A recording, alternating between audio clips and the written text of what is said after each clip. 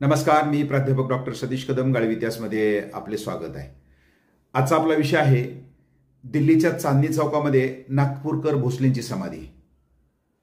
गाळी इतिहासमध्ये आपण नवनवीन विषय या ठिकाणी मांडत असतो, त्यामुळे विनंती, जे नवीन आपल्याला सुरुवातीला पाहत आहेत त्यांनी ज्यांनी सबस्क्राईब केलं नसेल, सबस्क्राईबचं बटन दाबा, बेल आयकॉनचं बटन दाबा, आवडल्यास शेअर करा आणि सूचना सुद्धा मांडायला विसरू नका.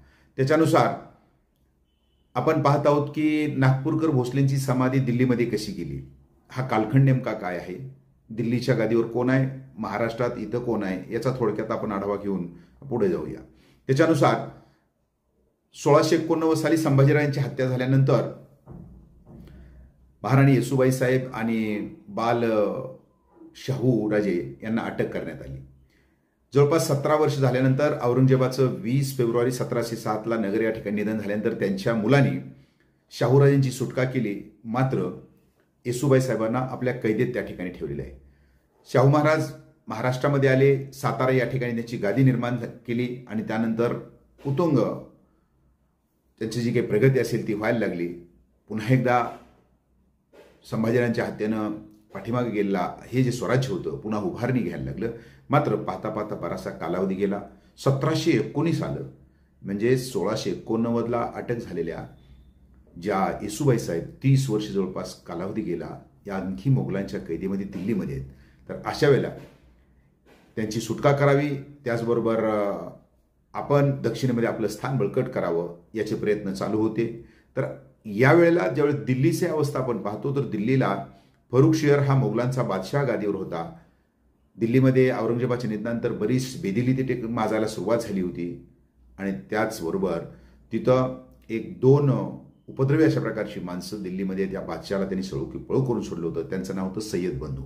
हसेन अली आणि हुसेन अली नावाचे हे सय्यद बंधू नेहमी या बादशहानं आपल्या तंत्रानं चालावं, आपल्या सल्ल्यानं चालावं अशा प्रकारचा प्रयत्न होता. मात्र बादशहाला वाटलं की यांना दूर करावं, त्यांच्यामध्ये फूट पाडावी, म्हणून त्यांनी त्यातल्या हुसेन अलीला दक्षिणेत पाठवण्यात आले.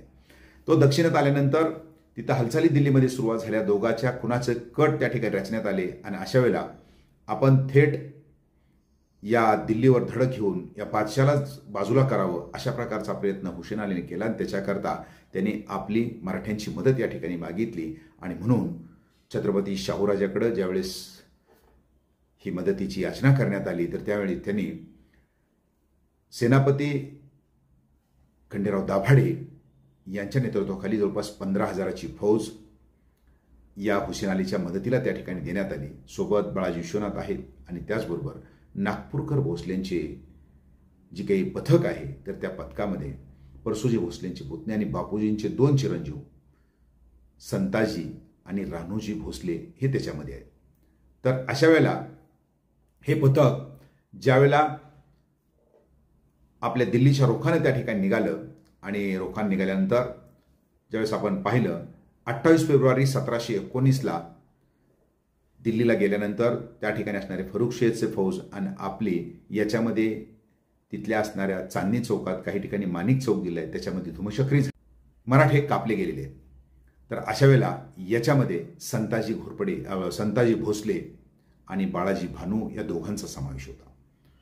मात्र एक ह्याचा फायदा झाला की फरुखशेरला आता गादीवरून दूर करण्यात आलं, त्याला अटक करण्यात आली, त्याच्या जागी मोहम्मद शहाला बसवण्यात आलं आणि या नवीन जो काही राजा होता किंवा बादशाह आहे तर त्यानं मराठ्यांच्या अटी मान्य करण्यात आल्या, येसूबाई साहेबांची सुटका करण्यात आली आणि त्याचबरोबर मराठ्यांना किंवा आपल्या छत्रपती शाहूंना दक्षिणेमध्ये चौथा आणि सरदेशमुखी देण्याचे किंवा वसूल करण्याचे अधिकार त्या ठिकाणी देण्यात आले.